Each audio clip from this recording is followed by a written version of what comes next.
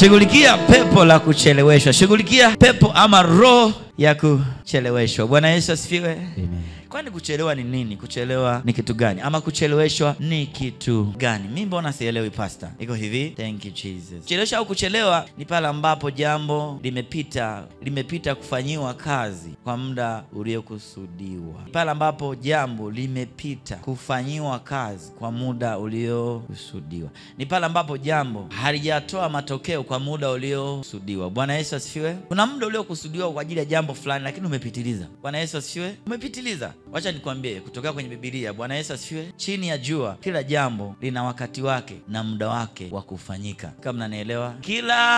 Sio mambo mawili, sio mambo matatu. Kila jambo, kila kusudi hapa chini ya jua lina muda wake, lina wakati wake kamili wa kufanyika hilo jambo. Bwana Yesu asifiwe. Kila jambo hapa chini ya jua, hamna jambo ambalo linafanyika tu randomly. Bwana Yesu asifiwe.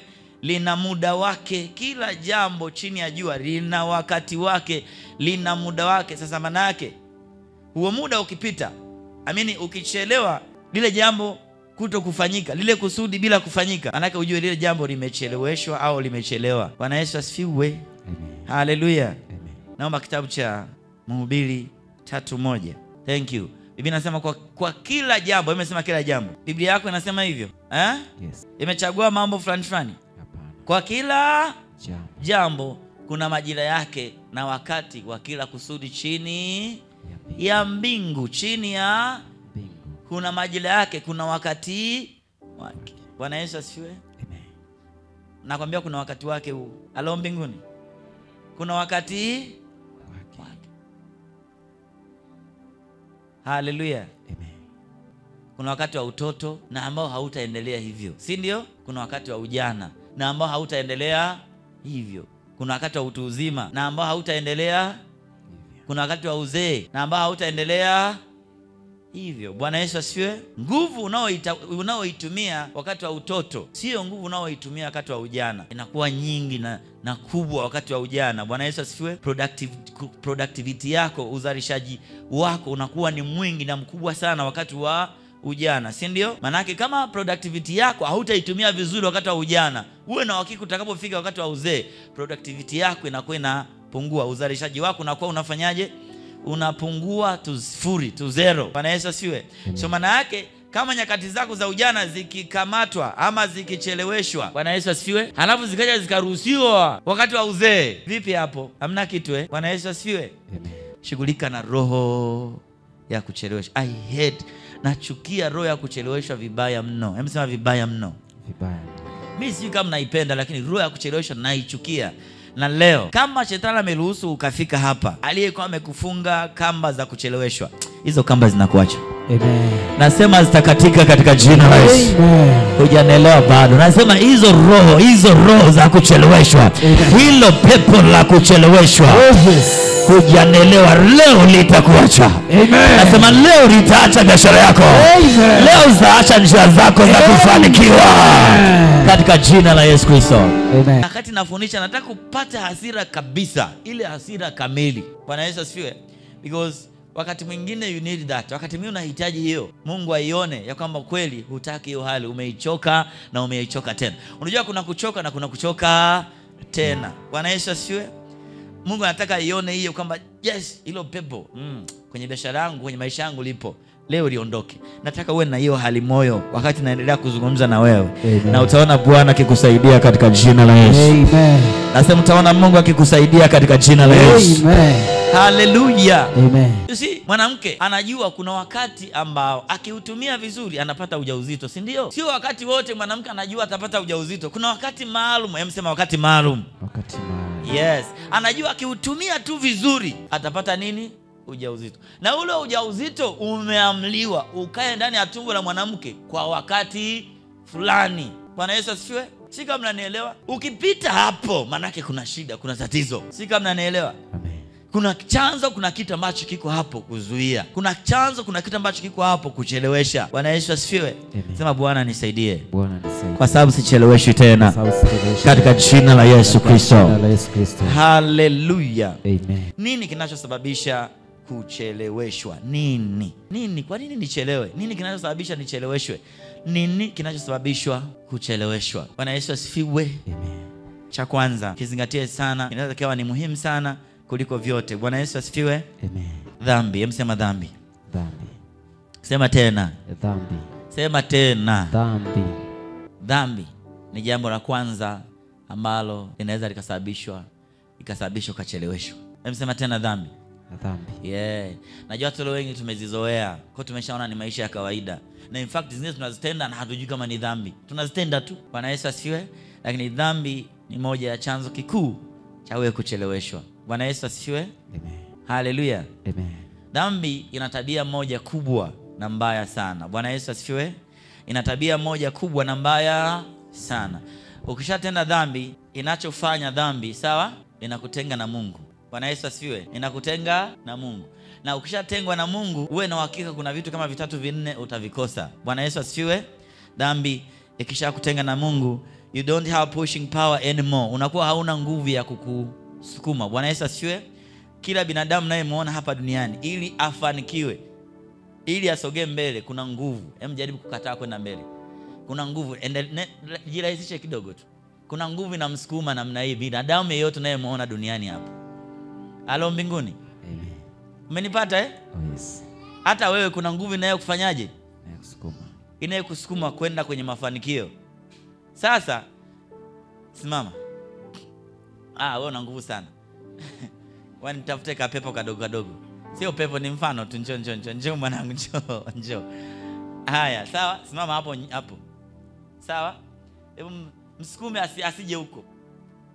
Mzuie asije huko. Mzuie tu. Subiri kwanza. Wewe kaa tu kama huna nguvu. Wewe kaa tu kama huna nguvu, sawa? Haya, wewe msukume, mshikilie hapo. Sawa? Sasa Mungu yeye anachokifanya, yeye anakupeleka kwenye mafanikio, lakini wewe na hakika mbele kuna nguvu inayokurudisha wapi? Nyuma. Sasa vyovyote ulivyo mahali pale ulipo, hizi nguvu zipo asubuhi, zipo jioni, sawa? Zinazokusukuma namna hii. Umeona Bwana Yesu asifiwe. Amen. Sasa kuna mtu mwingine, sogea hapa. Sogea. Come. One of you. Come. Kuna mtu mwingine nguvu zinazokurudisha nyuma ni nyingi. Come again. Nguvu zinazokurudisha nyuma ni nyingi. Sawa? Haya, sasa wakati wewe ukitenda dhambi, sawa? Mungu anafanyaje? Anakuacha, hakusaidii. Sawa? Hebu jaribu kwenda mbele tuone. Tumia nguvu yako yote.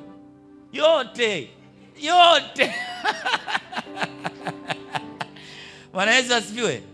Unaona kuna mara anaenda yule kijana. So, ukitenda dhambi kwa namna yote, Mungu anafanyaje? Anakuacha. Maana yake pushing power, nguvu yote ambayo inakusukuma kwenda kwenye mafanikio huwa inaishia hapo. Bwana Yesu asifiwe. Lakini si pushing power tu peke yake, si nguvu inayokusukuma tu peke yake, but also help, msaada kutoka kwa Bwana pia unaukosa. Bwana Yesu asifiwe. Lakini pia kuna kitu ambacho nakiita shining power. Kuna nguvu ambayo inakung'arisha kila mara unapoenda, ili upate kibali, ili ufanikiwe. Ile nguvu pia ya kukufanya ung'ae, ya kukufanya ung'are kwenye kazi, kwenye biashara, pia inafanyaje? Inaondoka unapokuwa umemtenda Mungu dhambi. Bwana Yesu asifiwe. So maana yake ile roho ya kucheleweshwa inakuwa na nguvu kiasi fulani. Maana yake otherwise ubakie sehemu moja tu, wala usipige hatua. Ndipo hawa jamaa watakuacha. Lakini ukijaribu kupiga hatua, wako na wewe, usogei uende mahali popote. Sema mawakala wote wa kipepo. Sema mawakala wote wa kipepo, wa kishetani, waliotumwa kunichelewesha, niwe nawaona, nisiwe nawaona. Katika ulimwengu wa roho, ninawaamuru wafe kwa moto, katika jina la Yesu Kristo. Amen. Kama upigia makofi Bwana Yesu. Haleluya. You see, Biblia inasema katika Wafilipi 4:13. Biblia inasema katika kitabu cha Wafilipi 4:13. Paul anasema, na yaweza mambo yote katika yeye anitiaye nguvu. Maana yake wewe kama wewe huwezi kusogea. Lakini Mungu anapokutia nguvu, backing power, ikakusukuma kwenye biashara, utaona unasonga mbele. Lakini akikuacha, yale majini, yale mapepo yanasimama hapo mbele yako. Bwana Yesu asifiwe. Na njia ipi ambayo inaweza kufanya Mungu akuache? dhambi. Msema dhambi. Dhambi. Msema tena. Dhambi. Lakini pia katika kitabu cha Yohana, waraka wa Yohana 15:5 Biblia inasema hatuwezi jambo lolote bila yeye. Biblia inasemaje? Mimi ni mzabibu, ninyi ni matawi. Akae ndani yangu nami ndani yake, huyo huzaa sana. Huyo huzaa. Biblia inamalizia kwa kusema maana pasipo mimi ninyi hamuwezi kufanya neno lolote. Maana yake nini? Ukitenda dhambi na tabia ya kutenga na nani? Na Mungu. Na ikisha kutenga na Mungu, wewe na hakika hamna mahali utasogea. Shajuu mkono wako kuume kutoka katika moyo wako kabisa na ufumbe macho. Sema Bwana Yesu, dhambi yoyote niliyoitenda kwa kujua au kwa kutokujua, ambayo imefanyika kuwa kikwazo, ambayo imezuia uweza wako na nguvu zako kudhihirika katika maisha yangu, naitubu kwa dhati. Naitubu kwa dhati ya moyo kabisa, ambayo imesimama na kuzuia watoto wangu kuinuka, familia yangu kuinuka. Naitubu kwa dhati ya moyo katika jina la Yesu Kristo. Sema Bwana Yesu, nioshe kwa damu yako, nioshe kwa damu yako, na urudi tena kunipa nguvu ya kusonga mbele, na urudi tena unipe neema ya kupiga unipe kibali cha kupiga hatua, unisukume tena kwenye mafanikio, unisukume tena kwenye kibali changu, unisukume tena kwenye shuhuda yangu, kwa utukufu wa jina lako, katika jina la Mungu Baba na la Mwana na la Roho Mtakatifu. Amen. Kama ulivyoomba imekuwa katika jina la Yesu. Thank you. Very important, muhimu sana that way. Bwana Yesu asifiwe. Na asili ya kuabudu mizimu, asili ya kuabudu miungu, asili ya kuabudu mizimu, asili, msema asili. Msema tena. Asili. Yes, asili ya kuabudu miungu au mizimu. Sikia, ukiwa na asili hiyo, ukiwa na asili ambayo kila mmoja hasa Afrika ni muhanga wa hiyo. Hii asili ya kuabudu miungu sio mizimu. Kila mmoja hapa Afrika ni kama ni muhanga wa hiyo. Maana yake kazi, assignment ya hiyo mizimu, sio kila wakati tunaenda kutambikia, si ndio? Sio kila wakati wazee wataenda kufanya walichokuwa nakifanya, si ndio? Sasa maana yake nini? Ile asili ya hiyo miungu, kazi yake hiyo mizimu, hiyo matambiko, assignment yake, kazi yake. Bwana Yesu asifiwe. Utakuwa wewe unajaribu kwenda mbele. Njoo. Someone njoo. Sawa? Si ndio? Kuna Mungu anayekusukuma kufanikiwa, si ndio? Kuna miungu inayokuzuia usiende kufanikiwa. Tuende tuone. Mungu anataka ukafanikiwe, lakini kuna miungu inayofanyaje? Na kwa bahati mbaya ukilegeza maombi, maana yake unafanyaje? Na maana yake inapokurudisha nyuma, inataka urudi kwenye asili. Bwana Yesu asifiwe. Urudi kufanya kama mababu walivyokuwa wanafanya. Bwana Yesu asifiwe. Ndio kazi ya hii miungu. Umeiacha tayari. Kwa hiyo sasa ninachokifanya inakuzuia ili ukate tamaa, urudi kufanya kama babu alivyofanya. Upeleke mbuzi kila wiki, upeleke kuku kila wiki, kila mwezi, kila miezi 6, mwisho wa mwaka upeleke nini? Mbuzi. Na usipopeleka watakushika kweli. Njero agano, hata kama ungeteuliwa na president leo, kesho atakutangua. Bwana Yesu asifiwe. Nakwambia atafanyaje? Kwa nini? Kwa sababu kuna agano ambalo linazunguka maisha yako. Bwana Yesu asifiwe. Amen. Hallelujah. Amen. Yes, natamani kuomba, lakini umeme wetu una shida kidogo na utanisumbua mwisho wa siku. Bwana Yesu asifiwe. Lakini nakufunulia, na kwa wale ambao wanapata bahati ya kuja kwenye maombi haya jioni, kwa sababu tunaendelea wiki hii mpaka tutakapofanya ibada ya ubia, tutaendelea na maombi wiki hii. Tutakuwa tukiomba na kutangua haya. Ukipata nafasi njoo, usipata nafasi tutaendelea kukuombea huko uliko. Bwana Yesu asifiwe. Amen. Lakini pia nilikuwa nikizungumza kwamba ukimooa mwanamke kwenye familia fulani, yeye ndiye anayetakiwa kufanikiwa na kukurisha wewe mwanaume. Ndio agano walioagana. Bwana Yesu asifiwe. Haleluya. Haleluya. Nini tena kinasababisha kuchelewesha? Nini tena kinasababisha kucheleweshwa? Nini tena kinasababisha kucheleweshwa? Nini tena? Pointi nyingine, halafu nitaenda haraka sana. Thank you. Kuna kucheleweshwa kwa kiungu, yani mbingu zimeamua uchelewe. kucheleweshwa kiungu.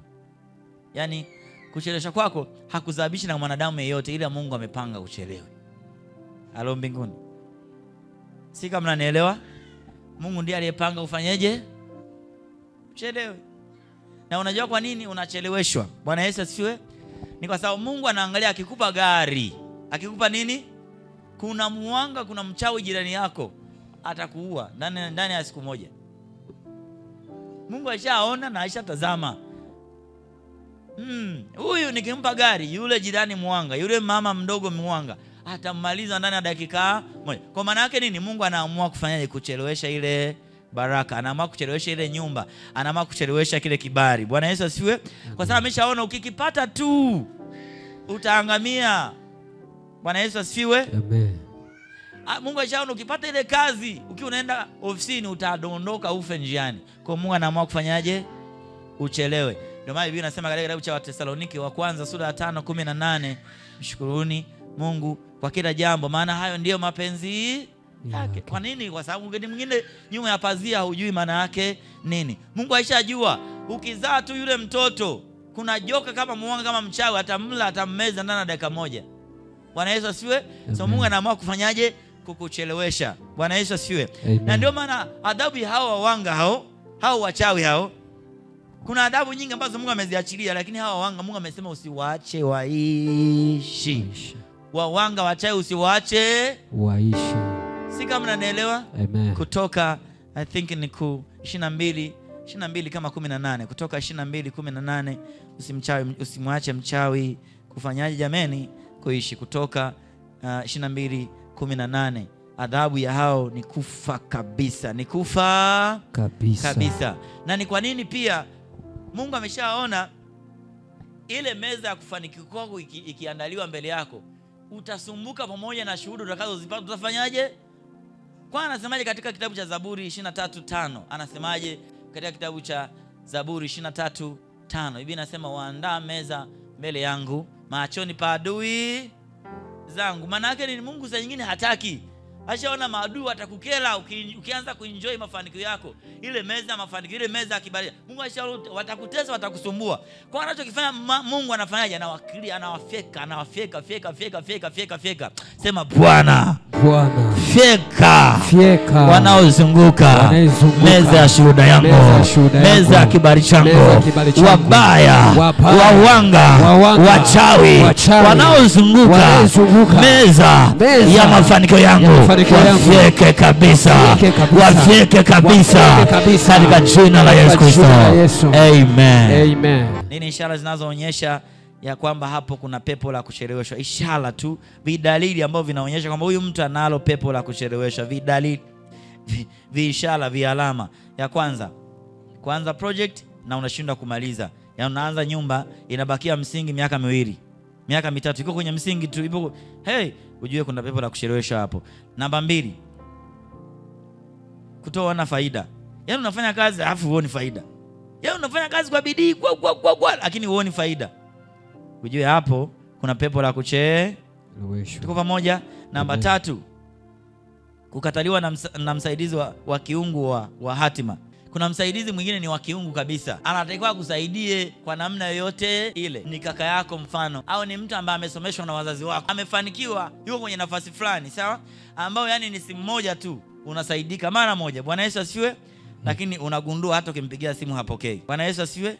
Unagundua hata ukimpigia simu hapokei. Uwe na hakika kuna roho, kuna pepo tayari hapo. Unagundua anakukwepa, yani umetengwa na msaidizi wa hatima ambaye alikuwa ni wa kiungu akusaidie ndani ya dakika moja, lakini umetengwa naye. Bwana Yesu asifiwe. Uwe na hakika hapo kuna roho ya kucheleweshwa. Lakini pia na wasaidizi wa hatima wa namna hii pia anaweza kawa ni kaka yako, anaweza kawa ni dada yako. Ana uwezo kabisa kukusaidiana nao. Wewe mwenyewe unajua, lakini hataki kukuona. Sio tu kukusikia, hataki hata kukuona. Wengine baba yako, wengine mama yako yuko mahali fulani, hataki hata kukuona. Ukiona vitu vya namna hiyo ujue kuna pepo la kucheleweshwa. Namba 4, ajira mbaya isiyo sahihi. Bwana Yesu asiwe. Shetani anajua unafanya kazi ambayo haiko kwenye hatima yako. Kwa hiyo anaachilia usumbufu tu. Anaachilia nini? Usumbufu. Bwana Yesu asifiwe. Amen. Hiyo kazi inakuwa inakusumbua badala ya kukupa raha. Bwana Yesu asifiwe. Amen. Badala ya kukupa raha, badala ya kukupa mafanikio, inakusumbua tu. Haleluya. Ulitakuwa uuze nyanya, wewe unauza vitunguu. Bwana Yesu asifiwe. Amen. Ulitakuwa uuze hardware kama brother wangu hapa, unauza nguo. Maana yake unafanya kazi sio sahihi. Ulitakuwa wewe mwalimu, wewe ni daktari, unafanya kazi sio sahihi. Bwana Yesu asifiwe. You have been dislocated, yani mkono wako umebidi Bwana Yesu asifiwe. Amen. Yani kile unachokifanya kinaleta nini? Maumivu. Haleluya. Amen. Nakuombea Mungu akurejeshe katika jina la Yesu. Amen. Nasema akurejeshe katika jina la Yesu. Amen. Nasema akurejeshe kwa damu ya Yesu.